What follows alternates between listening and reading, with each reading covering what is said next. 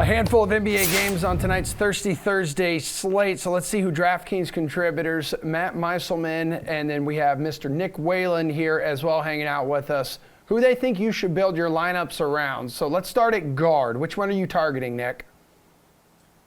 Well, there are actually a pretty decent amount of options for this being a smaller slate, but I like Desmond Bane at 6,600. I think this is a pretty good price for a player who's been kind of one of the low-key breakouts of the entire season.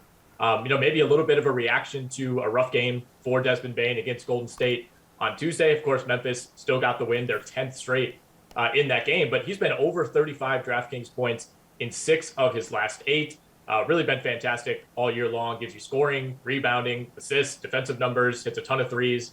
I think 6,600 is a really friendly price. And of course, if you want to pay up, you can go John Morant. He's probably my favorite of the high price guards tonight at 9,200. Against a Minnesota defense that can kind of come and go. Really no reason the way that John Morant is playing right now and the way that he controlled that game down the stretch, especially against Golden State, no reason to think he can't keep that rolling against Minnesota. That man's playing on another planet right now, John Morant, dude. Matt, how about a guard you're going to target? Yeah, the guy I'm going with here, I think is just going to sound like one of the players you could pay up for who's pretty interchangeable, but by the time lock comes around, I think he's going to wind up being the highest owned player on the slate. And that's James Harden, because I don't think Kevin Durant's playing tonight. The point spread for this game opened at 10. It's down to 7.5 for the Nets at home against Oklahoma City Thunder. That just doesn't happen unless there's a real chance that someone's sitting. The Nets have made it clear that they want to get Durant a night off. He's been playing huge minutes lately. Last night, he did get to sit the fourth quarter, but he scored a ton in the third on his way there. So I think Durant's been doing a lot. Harden just came back. I think it makes sense that Durant sits tonight. Kyrie's already out because this is a home game. So Harden by himself with none of the other stars there, I think has huge upside for his price and just probably is the highest scoring player tonight. Well, Matt, who's your favorite forward this evening? So I'm just going to keep going with the Nets because I'm pretty confident Durant's not playing. So I'm just going to stick to this theme. You could really go with any of these cheaper forwards. Like the Nets have Kessler Edwards, David Duke Jr., James Johnson, all in the 3,000s. Kessler Edwards is the one who started last night, actually, alongside Day'Ron Sharpe and then Kyrie, Harden, and Durant. So I'm going to go back to him. Like, Edwards in the starting lineup probably plays 30-plus minutes.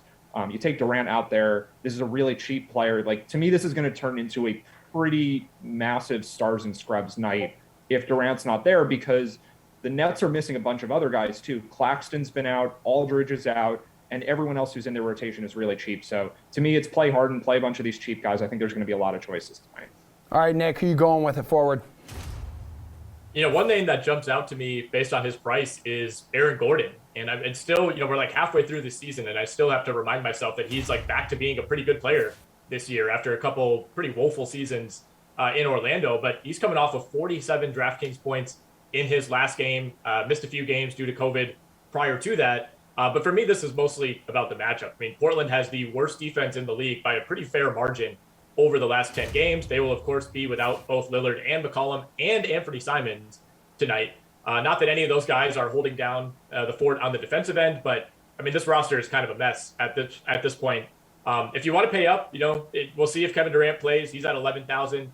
Giannis at 12,300. It's a big chunk of change, but if you're choosing between those two and you think KD is going to play, I think I'd lean toward Giannis. I mean, the Bucks do not want to lose 3 straight games. They've kind of taken it on the chin the last couple nights from the Charlotte Hornets. No Draymond Green for Golden State. Not that the Warriors or any team has a great matchup for Giannis, but without Draymond, they're really going to be up against it, against this Bucks offense. All right, what about at center? Who is a big, beefy guy at the 5 you got to squeeze into your lineup, Nick? Well, based on that description, I think you may be talking about Nikola Jokic, who is the highest priced player on the slate at 12.5. And based on what I just said about Portland, I mean, this might be his best single matchup of the season, but it almost is like a suspiciously good matchup where you're like, can he possibly beat value when, Portland's defense is last in the league? They're without all these guys. He typically owns Jusuf Nurkic, his former teammate. This is a game that, not that Denver's been exactly running it up on teams this year, but this one could get out of hand. And you worry about Jokic maybe not playing, into the mid to high 30s in minutes. So I don't hate playing Jokic tonight, but I'd approach it with caution. If you want to save some money, there's 2 names that I'll throw out. Bobby Portis at 6,900, a relative discount to where he's been priced over the last few weeks. He is coming off of a down game against Charlotte the other night, but he gives you a really nice floor with his rebounding. He's been in double digits virtually every night, it seems. Has a ceiling in the probably low to mid 40 DraftKings points. And then a name that I've kind of been monitoring these last few weeks is Brandon Clark, who, ended last season out of the rotation, was in and out to begin this year, and he's reemerged as a pretty nice piece for Memphis. And part of that has been Steven Adams missing time. If Steven Adams plays tonight, obviously Clark becomes a little more risky, but even with Dylan Brooks out, maybe some of those minutes trickle down to Clark. At 5,200 for a guy who can offer production across the board, I still do like him as kind of a dart throw. Matt, who's your guy at center? So Nick did a good job outlining this Nikola Jokic matchup. I do think this is a little different than normal in terms of facing the Blazers, though, because Anthony Simons isn't there. And now we have a team who, yes, they've lost all of their guard scoring. They've also lost all of the players who play really bad defense, including Lillard, McCollum to a lesser extent, and Simons, who doesn't play much defense either. This is going to be a much slower game, most likely, and it's going to be a game where big men are more featured. I think Jokic will be popular, but Yusuf Nurkic on the other side, if this game is going to stay close, like the Blazers are going to have Dennis Smith Jr. at point guard. I think Nurkic will have to do more scoring, more facilitating. He's $7,600, and I think with the blowout concern, which is real, like I definitely buy that there's a chance this game blows out. But if it stays close, I think Nurkic has to be the guy that is the primary scorer, passer, just doing everything for Portland to keep it close. So I think there's a lot of upside for him at that price. We're tied on time. You both have 10 seconds for your answer. Who's a value play with building block potential, Matt? Dennis Smith Jr. starting in place of Anthony Simons, really cheap tonight. I think that's someone you have to look at for sure. Nick, bring us home. Nas Little, Ben McLemore, also options in Portland. Monte Morris, Tyus Jones, and I'll even throw Pat Beverly, 5,300, as a bit of a value, at least 23 DraftKings points in 11 straight games.